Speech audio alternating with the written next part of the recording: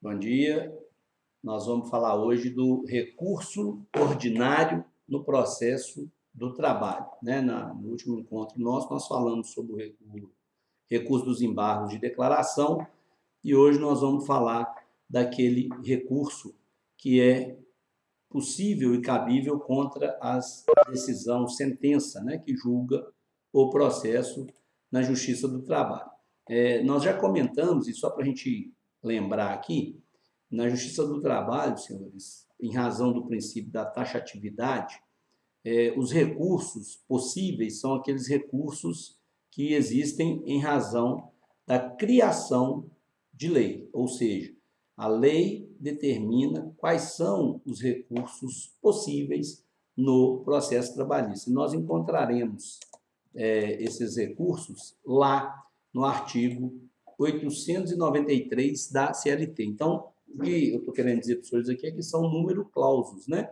Então, os senhores vão achar lá quais são as espécies de recursos possíveis e cabíveis no processo trabalhista. Então, o recurso que nós vamos estudar hoje aqui, ele tem previsão específica, né, na lei trabalhista, é o recurso ordinário, e os senhores encontrarão esse recurso previsto lá no recurso, lá na CLT, no artigo 895. Então, senhores, olha só, o nome recurso ordinário é aquele previsto na CLT. Então, a primeira coisa que a gente tem que ressaltar é que não se deve confundir, pelo simples fato de chamar recurso ordinário, com aquele previsto na Constituição Federal, né? O nosso recurso é o recurso previsto na Consolidação das Leis do Trabalho, está lá no artigo 895, né? E é o chamado recurso clássico, ou seja, ele se equipara, se a gente fizesse um paralelo aqui,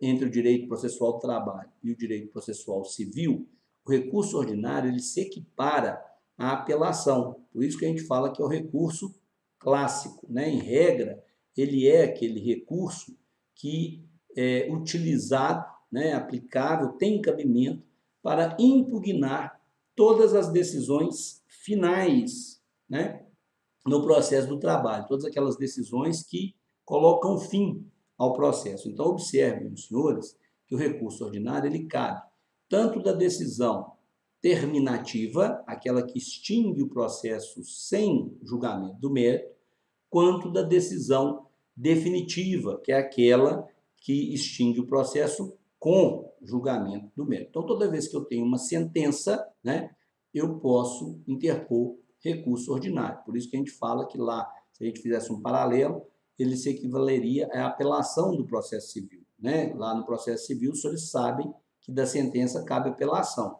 Aqui, no processo trabalhista, cabe recurso ordinário. Então, toda vez que há aprovação de uma sentença, com ou sem julgamento de mérito, a forma processual, a via adequada para que eu leve essas questões, para que eu permita a realização do reexame, tanto das matérias de fato, quanto das matérias de direito, pelo adquém, pela instância superior, né, pela segunda instância, pelo Tribunal Regional do Trabalho, é através do recurso ordinário, tá certo?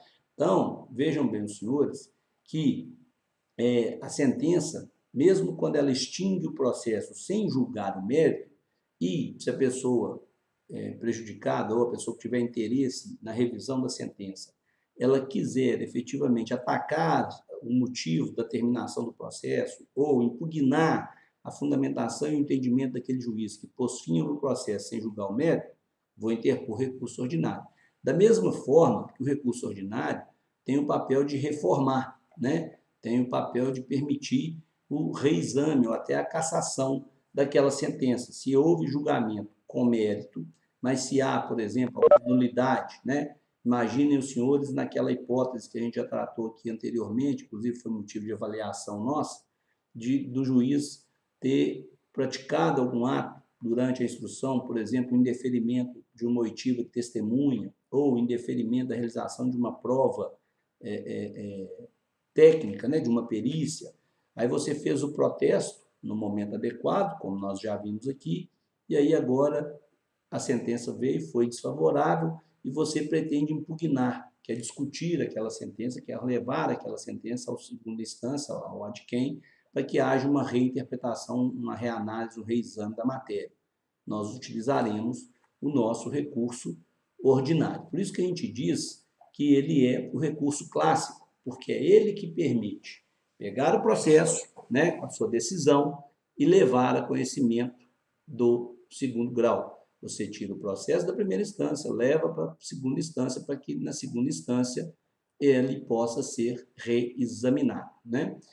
Uma coisa importante é o seguinte: quando a gente fala que é o recurso clássico, é porque ele tem por principal finalidade permitir o chamado duplo grau de jurisdição. Então, quando a gente fala em duplo grau de jurisdição, a gente está falando o seguinte: decisão da primeira instância, se eu quero impugnar, se eu quero vê-la reexaminada, eu interponho o recurso ordinário para que esse recurso ordinário seja conhecido, permita que o meu processo, a minha sentença, as questões de fato e de direito sejam reapreciadas, né, pela segunda instância, pelo adquém.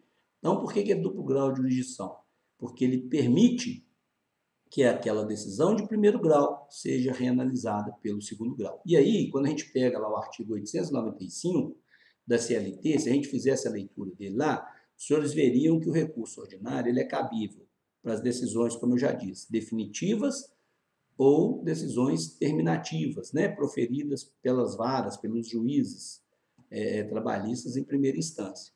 Mas também os senhores encontrarão, lá no artigo 895, que é possível interpor recurso ordinário de decisão definitiva ou terminativa dos TRTs, né, dos Tribunais Regionais do Trabalho, em razão da competência originária, ou seja, toda vez que um processo tem início no tribunal, nós já aprendemos isso lá atrás, quando a gente falou da competência, toda vez que o meu processo ele começa, ele tem início no Tribunal Regional do Trabalho, porque é competência originária, né? Por exemplo, uma ação rescisória, né? Por exemplo, um mandado de segurança, por exemplo, um dissídio coletivo, né?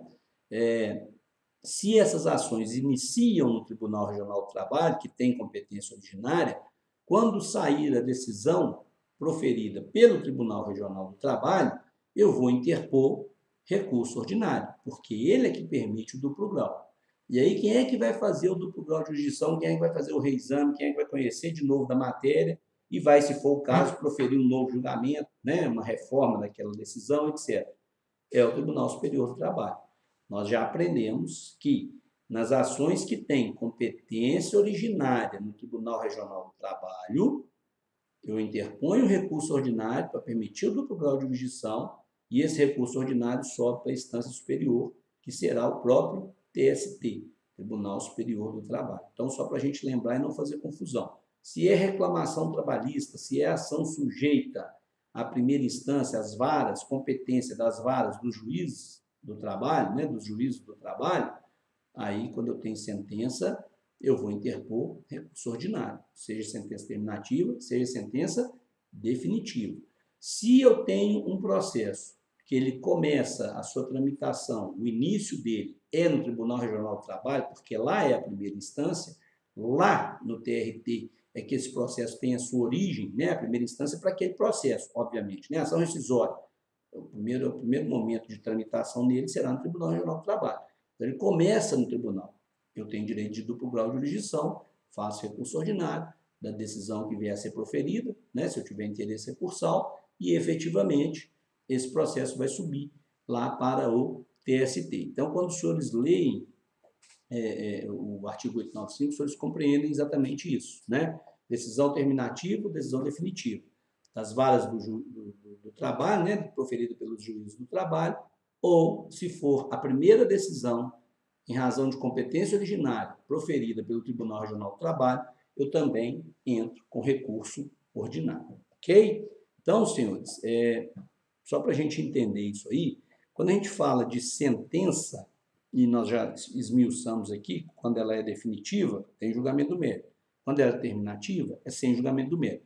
Mas observem, os senhores, que pode acontecer, por exemplo, de numa reclamação trabalhista, o reclamante, né, o autor da reclamação, por exemplo, ele foi contratado no Espírito Santo, trabalhou no Rio de Janeiro, mas ele está morando em Belo Horizonte. Então ele procurou um advogado, né, foi mandado embora lá no Rio de Janeiro, procurou um advogado, e o advogado interpôs reclamação trabalhista em Belo Horizonte, porque ele reside aqui.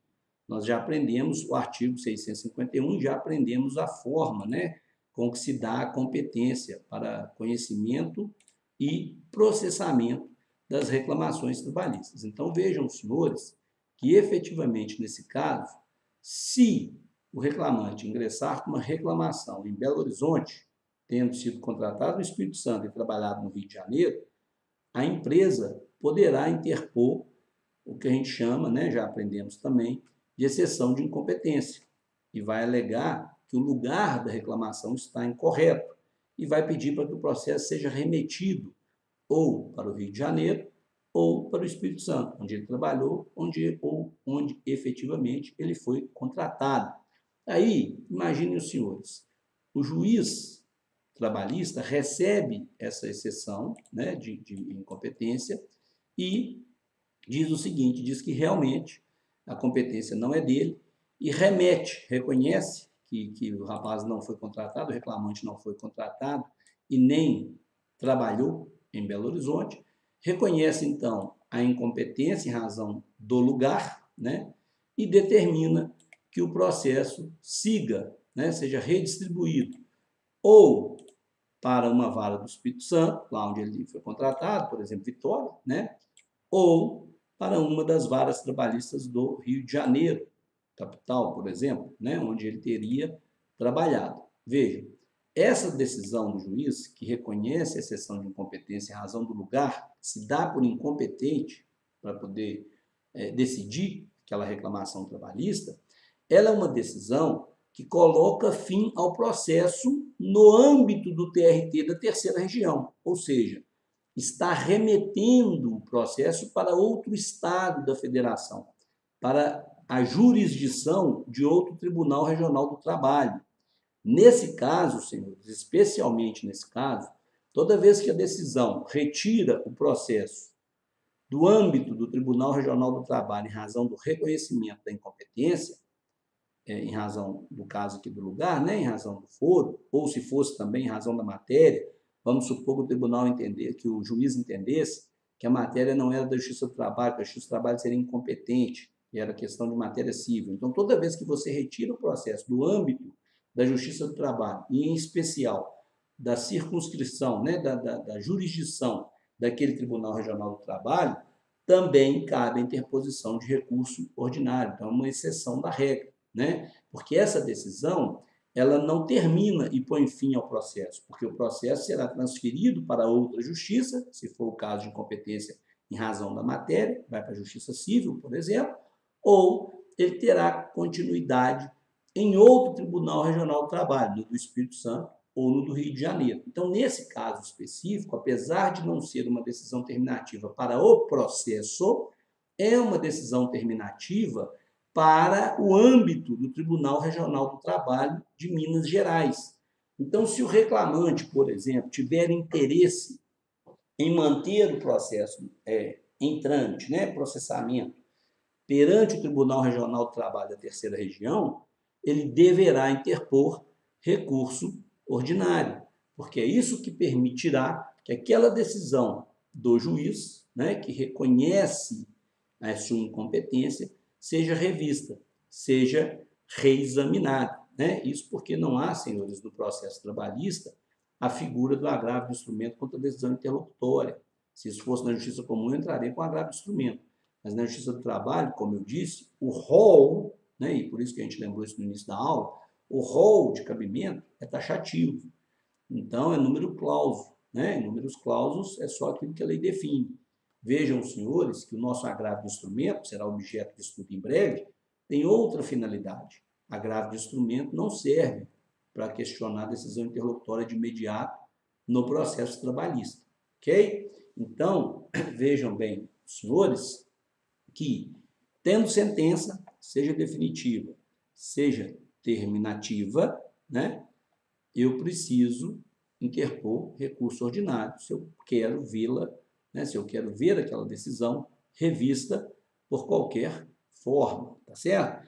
Então, aqui, quando os senhores leem no artigo 895, decisão terminativa, decisão definitiva, vamos lembrar das decisões finais, ou seja, aquelas decisões, né, que resolvem o processo de qualquer forma no âmbito do nosso tribunal, seja por uma sentença sem julgamento do mérito, seja por uma sentença com julgamento do mérito, ou seja por uma sentença que, por exemplo, reconhece uma incompetência em razão da matéria ou uma incompetência em razão do lugar, tá certo?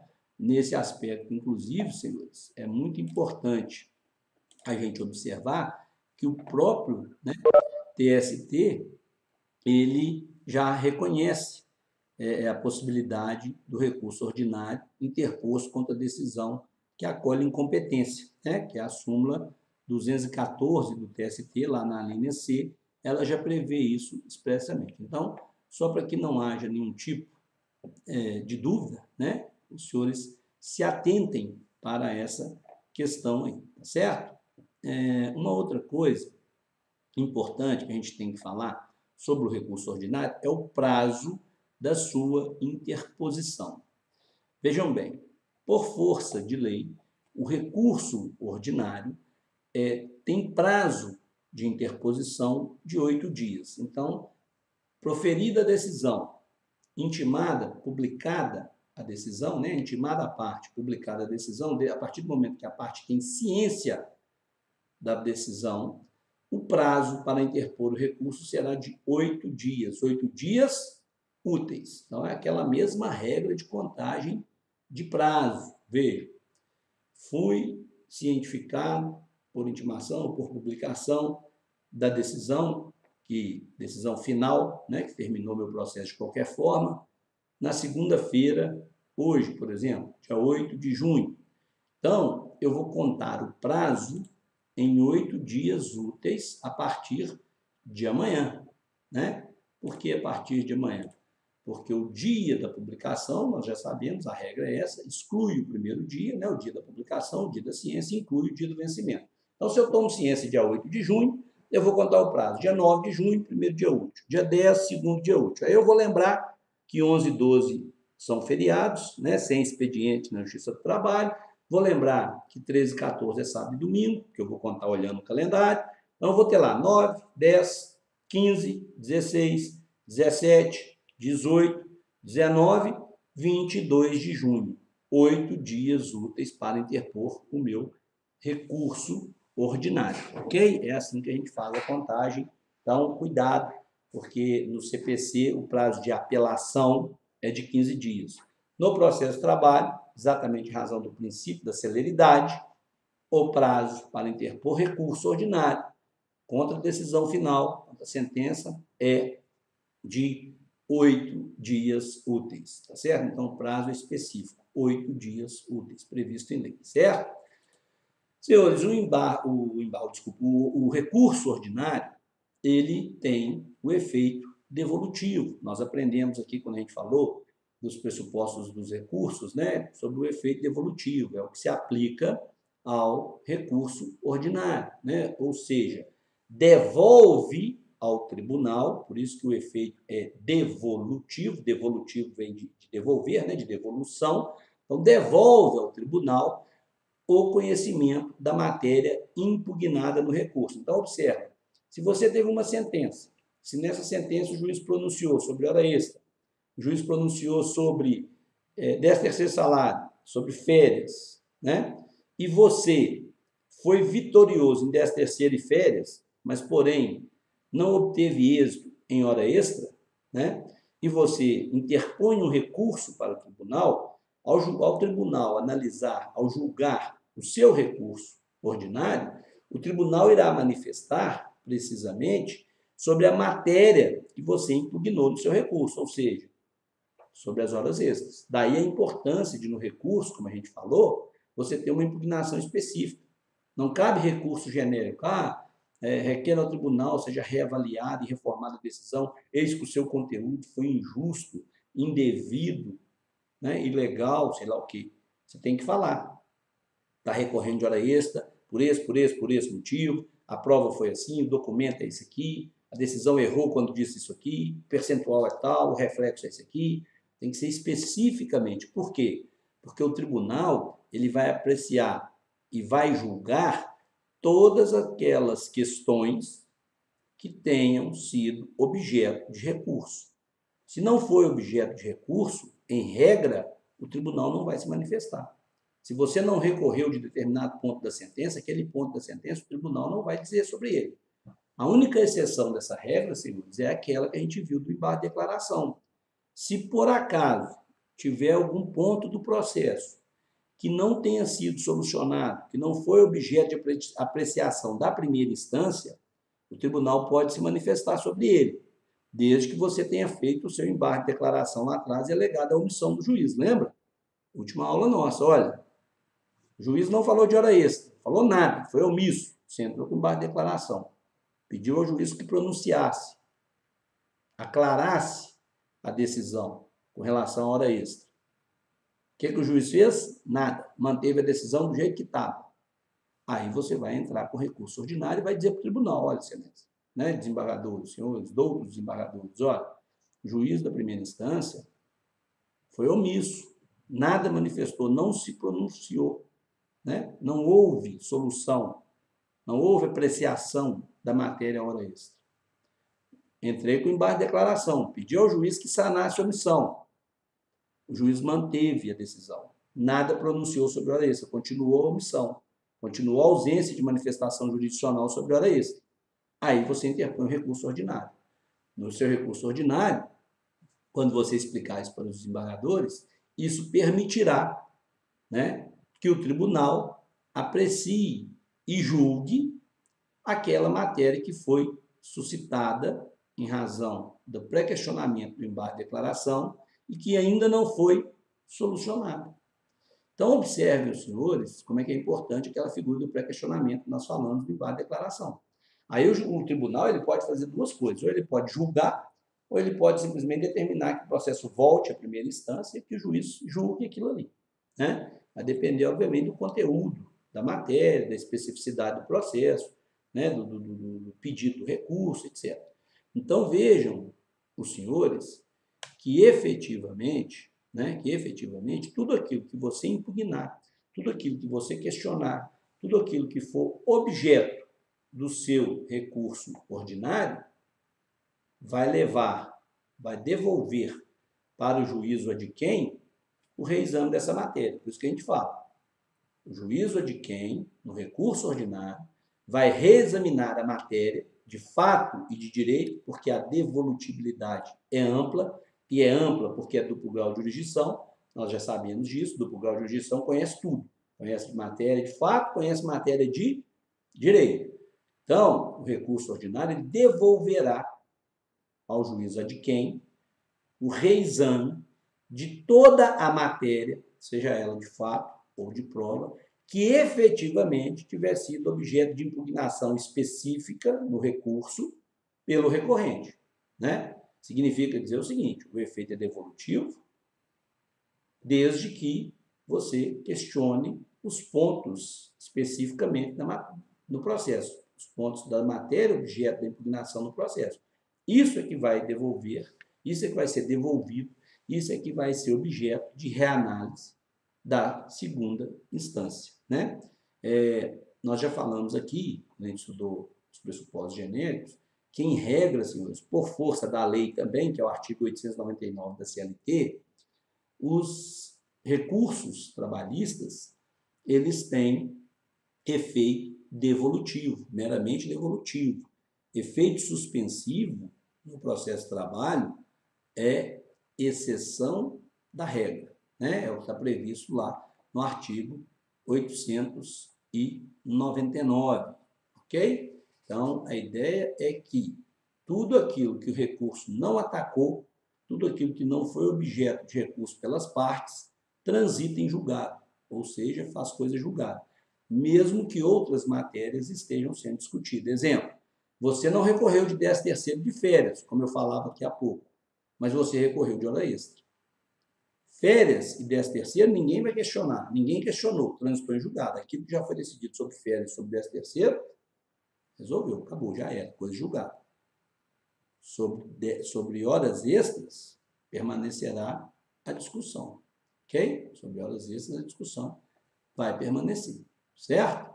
Então, senhores, esse é o efeito devolutivo, a forma como funciona em termos de exame de matéria, necessidade de impugnação específica na razão de recorrer, né, quando a gente faz um recurso, especificamente mencionar ponto a ponto, questionar ponto a ponto, tá certo? Porque, efetivamente, o tribunal, o adquém, ele irá se manifestar sobre aqueles pontos que o recorrente impugnou, sobre aquele objeto que foi literalmente pontuado, questionado, impugnado, atacado no recurso, tá certo? Então, senhores, o recurso ordinário, ele tem efeito devolutivo e é possível o efeito suspensivo, porém, o efeito suspensivo, ele é exceção da regra, né? É possível você conseguir um efeito suspensivo em recurso ordinário, por exemplo, contra uma sentença normativa, né, que julga um dissídio coletivo, para que, até que a questão seja julgada, ela não venha a gerar efeitos e que esses efeitos, efetivamente, não sejam colocados em práticas, né? Em prática, no sentido de execução daquilo que ainda está sob julgamento, porque ainda será objeto de recurso, né? Objeto de novo julgamento. Então, vejam bem, os senhores, que nas questões efetivamente ligadas a procedimento individual, processo individual trabalhista, também é possível efeito suspensivo, mas é exceção absoluta da regra, porque há que ter algum prejuízo irreversível, né? O que no direito do trabalho é um pouco complicado e é difícil. Então, o efeito suspensivo ele é possível, mas ele não é comum e ele só cabe em exceção da regra. E aí, a figura do efeito suspensivo é aquela mesma do processo civil. Perigo, né? De irreversibilidade do cumprimento da decisão. Tanto que no processo do trabalho, vejam, senhores, quando a gente tem uma sentença, é possível iniciar a execução provisória. Nós vamos falar dela aqui em breve.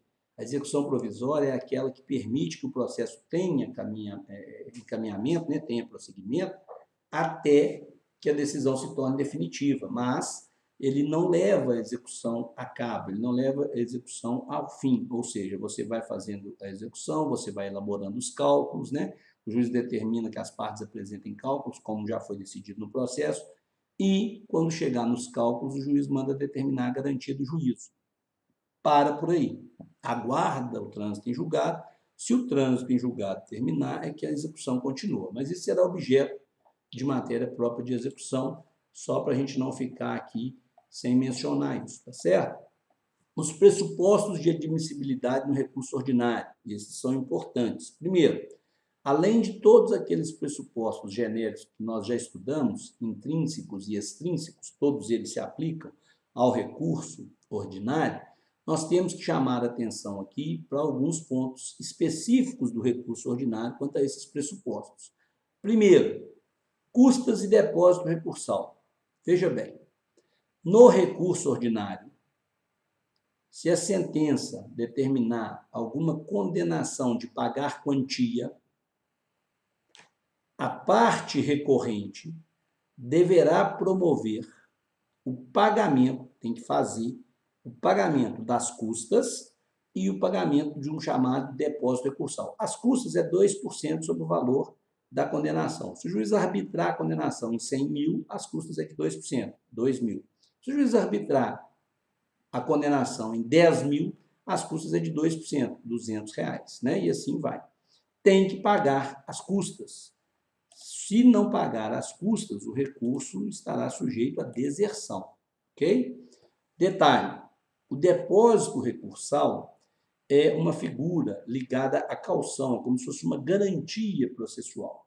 Existe o depósito recursal na Justiça do Trabalho, onde a parte sucumbente, a parte que perde o processo, precisa, demonstrando interesse, boa-fé em resolver a questão, fazer um depósito recursal que tem valor fixado por portaria do próprio TST, então o TST ele faz anualmente, regra geral agora no mês de junho ou julho, ele faz a atualização dos valores de depósito recursal e toda vez que a parte recorrente interpõe o recurso, ela tem que comprovar, junto com a interposição do recurso, o pagamento das custas e também o pagamento do depósito recursal, certo?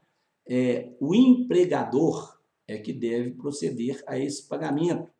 É uma matéria já pacificada, né, por força da previsão da CLT, no artigo 789, lá o senhor vai encontrar essa questão no parágrafo 1º, das custas, e os senhores também vão encontrar a figura do pagamento do depósito recursal na súmula 245 do Tribunal Superior do Trabalho. Se a gente tiver num processo em que há a figura da pessoa jurídica de direito público, né, ou se o destinatário, né, o recorrente, for destinatário da assistência judiciária, da justiça gratuita, eles não vão ter que fazer preparo. Tá? É uma exceção da regra. Isso vale para a massa falida, que é a súmula 86 do TST.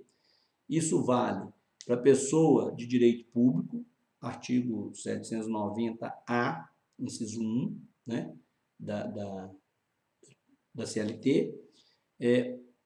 O Ministério Público do Trabalho, também o 790-A, só que inciso 2. E, por fim, aqueles que estão sob o palio dos benefícios, do benefício da justiça gratuita, 790-A da CLT. Então, lá os senhores vão encontrar a exceção da regra, né? Se for entidade filantrópica, também tem previsão da CLT, artigo 899, parágrafo 10º, fala que se for as entidades filantrópicas que estiverem recuperando, ou as empresas em recuperação judicial, o valor do depósito recursal será pago pela metade. Veja bem, não há isenção completa, mas há uma espécie de desconto. Se for entidade filantrópica ou se for empresa em recuperação judicial, elas podem, né, fazer o depósito recursal reduzido pela metade do valor. Para quem tem empregado doméstico, também pode pagar metade do valor do depósito recursal. Microempreendedor também paga metade, se for microempreendedor individual, paga metade do depósito recursal. Microempresa e empresa de pequeno porte também paga metade do depósito recursal. Está lá no 899, parágrafo 9º e parágrafo 10º, tá certo? Um detalhe importante, senhores, é que esse depósito recursal, o reclamante é isento. A instrução número 3 do TST, ela isenta o reclamante de proceder ao depósito recursal. O reclamado, condenado em pagamento de quantia certa, não é isento, ele tem que pagar. A exceção é essa que nós falamos, justiça gratuita, etc., que nós acabamos de trabalhar aqui. Agora, pagamento das custas, se o reclamante não for beneficiário da justiça gratuita, ele pode ter que pagar, sim, custas para fins de interpor recurso. Não depósito recursal, mas custas, sim. Né? Então, atenção a isso, principalmente depois da reforma trabalhista, né? A partir de 2017. Ali fica claro que o reclamante pode ser condenado a pagamento de custas. Então, atenção para que, numa eventual consulta, não se busque bibliografia ultrapassada e se confunda aí nessa matéria, tá certo? A questão do jus postulante. Existe ainda grande dificuldade dos tribunais em aceitar o jus postulante da segunda instância, né? O problema é aquele problema lá do artigo 791 da CLT, que fala que as pessoas, né, empregados e empregadores, eles podem reclamar e atuar pessoalmente na Justiça do Trabalho, acompanhando as suas reclamações até o final, tá certo? Em razão do que é previsto de forma literal no artigo 791, a súmula 425, nós já vimos isso aqui, determinou que o jus postulante pode acontecer tanto nas varas do trabalho quanto nos tribunais regionais, mas exclui, né, a atuação no Tribunal Superior, exclui a atuação na ação rescisória e exclui a ação na ação cautelar, no mandado de segurança. A gente sempre aconselha, senhores, que se busque a atuação do juiz postulante somente em primeira instância. Na segunda instância, se busque um advogado, porque o recurso ele tem uma natureza técnica e a parte nem sempre ela vai ter condição de suprir essa natureza técnica. Os senhores encontrarão algumas situações em que o próprio tribunal, a própria Justiça do Trabalho determina que a parte constitui advogado. Inclusive, tem juiz que fala direto, olha, vai lá, né, constitui advogado, não entra com recurso sem advogado não e tal. Mas, enfim, a literalidade da lei é essa, mas na prática a gente sempre recomenda, e a própria Justiça do Trabalho, os juízes recomendam, que haja em instância superior a presença do advogado. O procedimento do recurso ordinário. Procedimento simples, tranquilo, né? Tem que ser interposto dentro do prazo, 8 dias úteis, tem que atentar para o pagamento de custas, se não for beneficiado da justiça gratuita, tem que atentar para o depósito recursal, se for reclamado, condenado em quantia certa, tem que atentar para eventual pagamento da metade ou isenção, como nós já falamos aqui, se também for o caso, mas, regra geral, o recurso é interposto com 8 dias, observada a necessidade de pagamento de custas, observada a necessidade de recolhimento de depósito recursal. O depósito recursal ele tem que ser recolhido em via própria. No momento em que você interpõe o recurso, você tem que comprovar o pagamento das custas e o recolhimento do depósito recursal em ato único, ok? Vejam os senhores que, se houver no processo em que você atuar pessoa jurídica de direito público, no rito ordinário, né? Nós já sabemos também, por exemplo, para as pessoas jurídicas de direito público, assim como para o Ministério Público do Trabalho, o tempo, o prazo recursal de 8 dias será contado em dobro. Fora isso, o prazo é comum. Então, na Justiça do Trabalho, no processo trabalhista, não existe, por exemplo, aquela história de prazo contado em dobro por advogado diferente e tal. Aqui, se você tiver 5 reclamados, todos os 5 de direito privado, cada um com advogado, o prazo é 8 dias, comum para todo mundo, tá? Então, lembrem-se disso, porque o procedimento do recurso ordinário, ele é simples, direto e objetivo nesse ponto. Você vai interpor o seu recurso ordinário, o prazo é 8 dias úteis. Se você tiver com benefício da justiça gratuita, coloca isso lá, explica por que você não está recolhendo as custas. Se não tiver, tem que fazer o recolhimento das custas. Se for empresa condenada a pagar a quantia certa, tem que fazer o depósito recursal. Se for o caso de isenção ou pagamento da metade, tem que demonstrar, tem que juntar lá, por exemplo, o certificado de filantropia, tem que demonstrar lá a condição de microempreendedor, enfim, empregado doméstico, o que for, certo? Mas você tem que fazer isso aí, demonstrar isso na interposição do seu recurso. Interposto o recurso, o juiz automaticamente dará um despacho determinando a intimação da parte recorrida, ou seja, da parte contrária, para que ela apresente as suas contrarrazões. Também já falamos da contrarrazões anteriormente, mas vamos repetir. As contrarrazões têm o mesmo prazo, 8 dias úteis. Então, a parte recorrida, a parte contrária, tem 8 dias para manifestar-se sobre o recurso. Lembrando aos senhores que é admitida a figura do recurso adesivo. Também já falamos disso lá atrás, quando a gente estudou os pressupostos, o recurso genérico. Então, olha, quando a gente falou genericamente sobre recurso, pode ser feita a interposição do recurso adesivo no prazo das contrarrazões. Nenhuma diferença, nenhuma novidade aqui, correto? Depois que a parte oferece as suas razões, se as suas contrarrazões, resposta ao recurso, se houver recurso adesivo, intima-se novamente a parte recorrente originária, para que ela manifeste sobre o recurso adesivo e assim ela apresente as suas contrarrazões.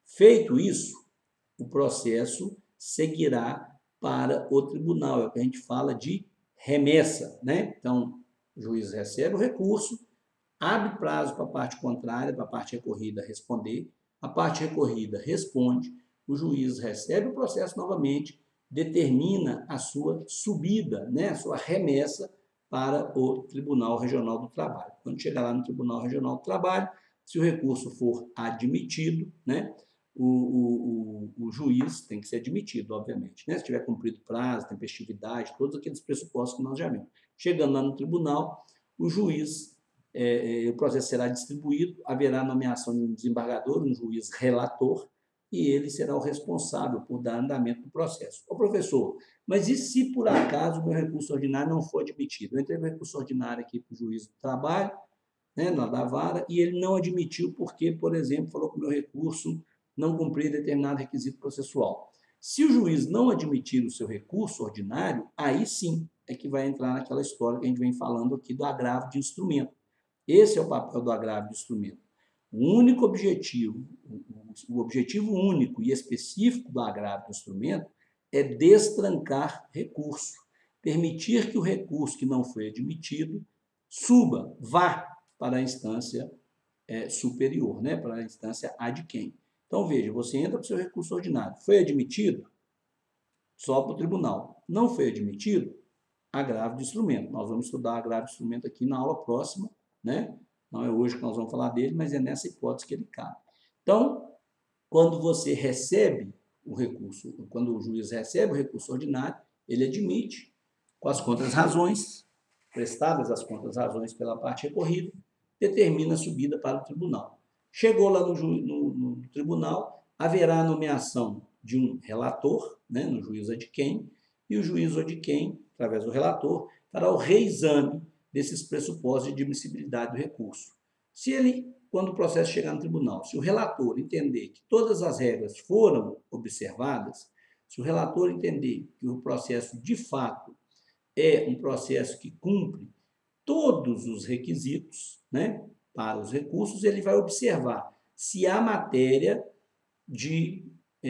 que atraia a participação do Ministério Público, por exemplo, incapaz, por exemplo, menor, por exemplo, participação de ente público, né? Se o relator entender que é caso de manifestação do Ministério Público, remete o processo para o Ministério Público. O Ministério Público faz o seu parecer, dá a sua manifestação, né? Ele vai, também o prazo é de 8 dias, ele manifesta em 8 dias, devolve o processo para o relator. O relator, então, vai determinar, se for o caso, o prosseguimento do recurso. Como é que é o prosseguimento do recurso? Ele vai determinar que o processo vai proceder ao voto dele, determinar vistas para o revisor, o vogal, e vai mandar o processo para a pauta de julgamento. Ele vai para a sessão de julgamento. Quando chegar lá na sessão de julgamento, haverá oportunidade para o recorrente e para o recorrido se manifestarem, né, através da tribuna, em sustentação oral. Feita essa sustentação oral, define-se pelos votos, né? O relator dá o voto dele, o vogal, o revisor dá o voto dele e o vogal também dá o voto dele. Aí o julgamento é encerrado, né, com a manifestação dos desembargadores. Agora, um detalhe importante, tá, gente? Que é um pouquinho diferente aqui do processo civil. Lá na Justiça do Trabalho, quando você interpõe um recurso ordinário e você vai para a tribuna, você vai fazer a sustentação oral, o prazo é de 10 minutos. Quando você vai sustentar, o relator lê a proposta de voto dele. Então, ele vai dizer, olha, eu estou negando provimento, ou estou dando provimento, ou estou cassando a decisão, determinando que ela volte e tal. Você vai ouvir o voto e, depois de ouvir o voto, você tem duas opções. Ou você faz a sustentação oral, porque o voto lhe foi desfavorável, ou porque você tem receio que revisor e vogal vote contra. Então, você faz a sustentação oral, né, visando o conhecimento, a sustentação daquela matéria e dos pontos que você acha importante, né, para nortear a decisão dos dois que ainda votarão, ou você simplesmente vai fazer a seguinte manifestação: olha, diante do voto do relator, se ela for favorável, eu vou reservar o direito de fazer sustentação oral se tiver voto divergente. Por quê? Porque se o relator já votou de uma forma, aí você vai ouvir o voto do revisor. Se o revisor votar igual ao relator, você não precisa mais sustentar. Você já ganhou o processo. Agora, se o revisor votar contra o relator, olha, o relator deu provimento para o seu recurso, você ganhou o recurso com o relator. Aí veio o revisor. O revisor abriu voto dissidente, ou seja, o revisor entendeu diferente do relator. Aí você pode pedir para fazer a sustentação oral para tentar convencer o vogal, porque ele será o voto de desempate. Agora, se o relator já votou a favor do recurso, o revisor votou a favor do recurso, 2-0, independente do voto do vogal, você já foi vitorioso no seu recurso. Então, isso é muito comum. Então, na Justiça do Trabalho, primeiro, lê-se o voto, a proposta de voto do relator, aí você faz a sustentação oral conforme o seu interesse ou reserva o direito de fazer a sustentação oral no caso de voto divergente. Ouve-se, então, o voto do revisor. Se o revisor for conforme, estiver de acordo com o relator, não há necessidade de você fazer a sustentação oral. Se o revisor for contrário, aí a gente aconselha que você faça a sustentação oral, porque o vogal será o voto que vai literalmente desempatar isso aí, né? Então, resumindo o procedimento do recurso ordinário.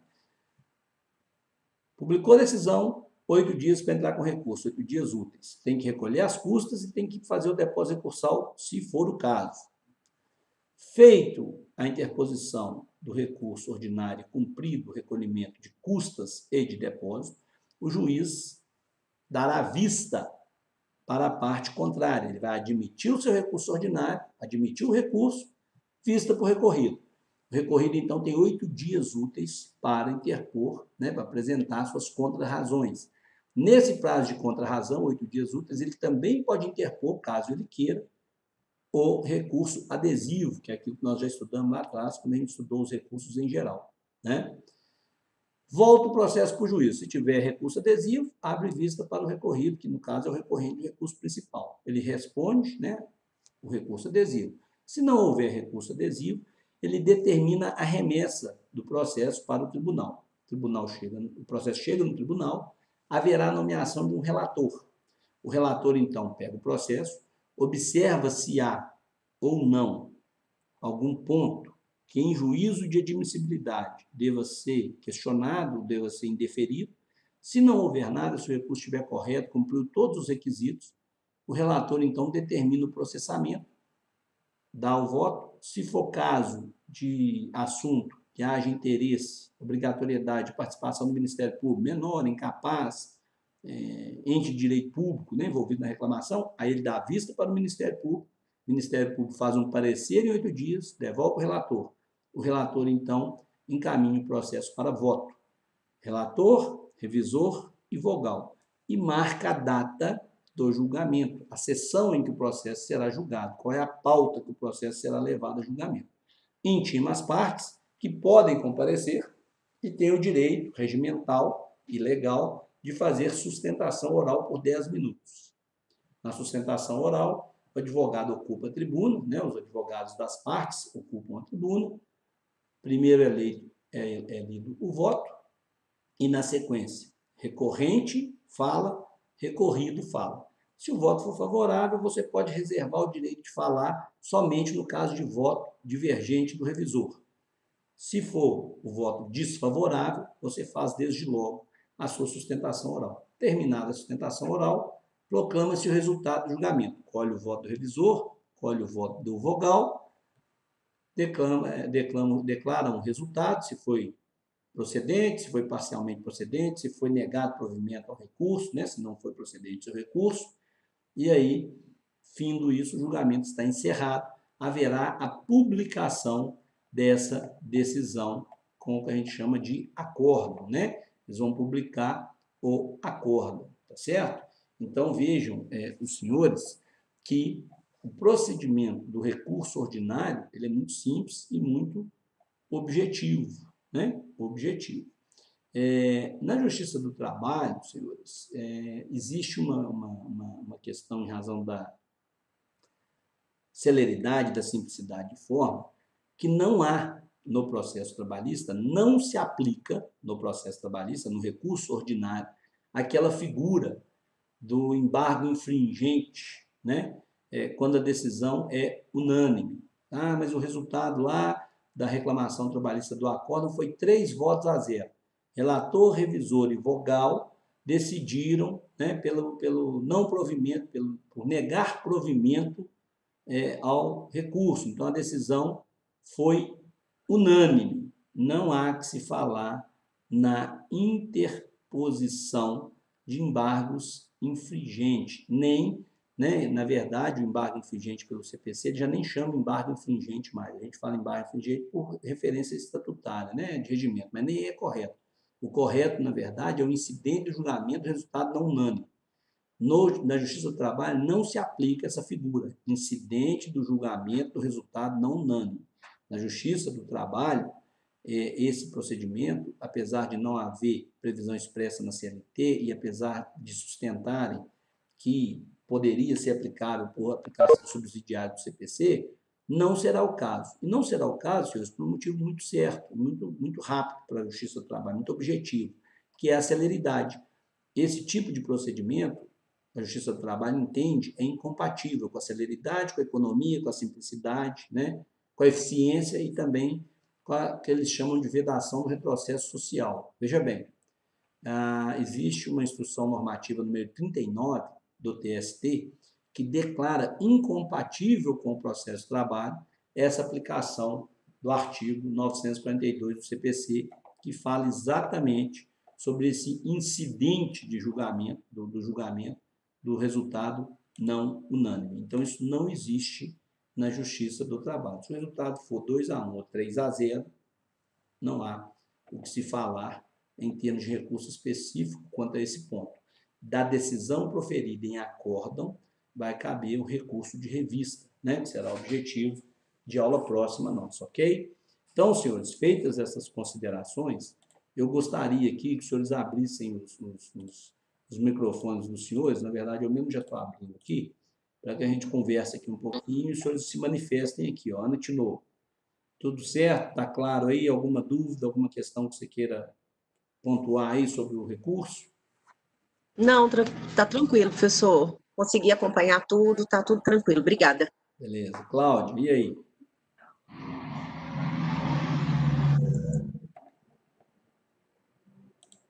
Cláudio, você está me ouvindo?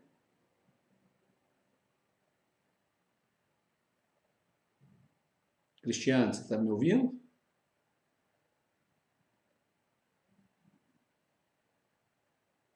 Michele? Olá, tudo bem? Tô sim. Beleza. Quem que é agora? Michele? Isso, professor. Oi. Está me ouvindo? Tô. Alguma dúvida? Quer fazer Só que. alguma observação aí sobre o nosso recurso ordinário? Alguma pergunta? Não, só que uma pergunta mesmo, que eu fiquei um pouco em dúvida, Aham. porque eu vi uma vez num livro, não vou saber te falar qual o livro, mas lá falava na questão de justiça gratuita. E quando a pessoa adquire uma condição financeira, isso pode ser cobrado dentro de 5 anos, se caso ela ter uma condição financeira e tal, se ela conseguir, dentro desses 5 anos, a justiça pode cobrar, né? Tá, é o seguinte, aí só para a gente ver se é isso mesmo, se eu entendi correto o seu questionamento aqui, tá bom? Sua observação aqui, é o seguinte, Aham. os efeitos e a isenção da justiça gratuita, por força de lei, eles têm que ser estendidos à parte, têm que ser garantidos à parte, e são mantidos à parte enquanto durar essa condição de, aspas, né, insuficiência financeira, pobreza legal. Então, se for nesse sentido, o que vai acontecer? Pode acontecer da pessoa ter a isenção, ter a justiça gratuita, inclusive para não pagar honorário de sucumbência, por exemplo, para não pagar as custas, e essa inexecução dos honorários e das custas, ela permanecerá enquanto a parte manter essa ausência de condição financeira, de forma tal que, caso isso seja alterado, né, se isso sofrer algum tipo de alteração, se a parte passar a ter condição financeira e a outra parte, obviamente, né, o próprio Poder Judiciário, ou o advogado que tem direito aos honorários, por exemplo, ou a outra parte que tem direito de uma restituição de valor de custa. Imagina que a parte perdeu e tem que repor o valor que a parte gastou com custas, né? A parte contrária, por exemplo. Se você conseguir provar isso no processo, olha, o José, à época, realmente não tinha condição, mas agora o José tem. Então, você pode vir a executar e vir a cobrar isso aí. A questão do prazo de 5 anos é um prazo prescricional, né? Vai contar 5 anos para que você faça isso, para que não seja uma pena perpétua, para que não seja quando você quiser. Então, é prazo de prescrição. É isso? Isso. Beleza. Na Justiça do Obrigada. Trabalho funciona assim também, tá? Tá, beleza, obrigada. Nada. Cristiano, e aí? Cláudio ou Cristiano? Quem tá aí?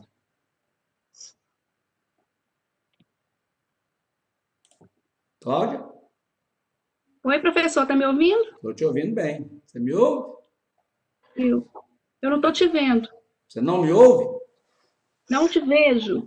Ah, ué, mas é porque sua câmera tá. Olha depois sua câmera aí, porque aqui tá aberta a minha câmera, mas você me ouve? Você está ouvindo? Sim, perfeitamente. Muito bem. Alguma dúvida? Quer fazer alguma observação aí sobre o nosso recurso ordinário? Fazer alguma pergunta? Não, tranquilo por enquanto. Ótimo. Cristiano, você está ouvindo a gente? Helmut? Se vocês estiverem ouvindo. Sim, estou ouvindo sim. Acabei de escrever aqui, obrigado pela aula, tá? Que no momento não tenho dúvidas no momento. Tranquilo? Tá? Qualquer Tranquilo. coisa. Me ouviu bem aí? Beleza. Qualquer coisa que você perguntar, precisar querendo, pode mandar no grupo lá, nós estamos à disposição, tá bom? E os negócios Obrigado. da VA lá, nós já estamos, a gente tem um período lá, até é bom, que aí já fica registrado aqui para quem mais está pedindo, os negócios das revisões de notas e das VA serão todas feitas. Parece que a gente tem uma semana específica no calendário destinada a isso. Mas eu acredito que até lá eu consiga atualizar tudo, mas você pode ficar tranquilo, tá? Eu tô já, Tá bom. já tô ciente lá, beleza? Pode ficar sossegado. Ok, obrigado. Certo? Viu? Cristiano, só faltou você. Você consegue ouvir a gente?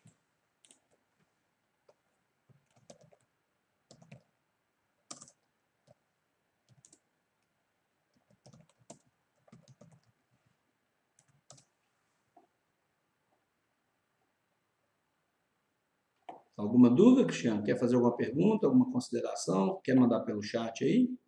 Pode ficar à vontade.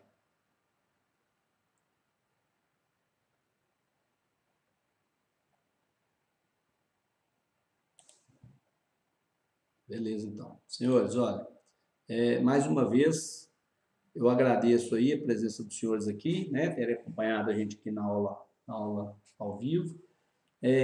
Eu queria mais uma vez convocar os senhores aí, medida do possível, divulgar com os colegas lá, para que a gente entra junto aqui, para poder tirar o máximo proveito dessa ferramenta, né, que permite esse contato direto, a gente falar, questionar, conversar, ouvir o aluno ouvir a gente aqui, a gente poder trocar essa informação em tempo real, acho que enriquece muito. De toda forma, eu agradeço, né, fico à disposição dos senhores, e até na quarta-feira, né, se Deus quiser, onde a gente vai dar sequência na matéria aí. Na quarta-feira nós vamos falar do recurso de revista, ok? Um abraço, obrigado e até a próxima, se Deus quiser, né? Fiquem com Deus aí.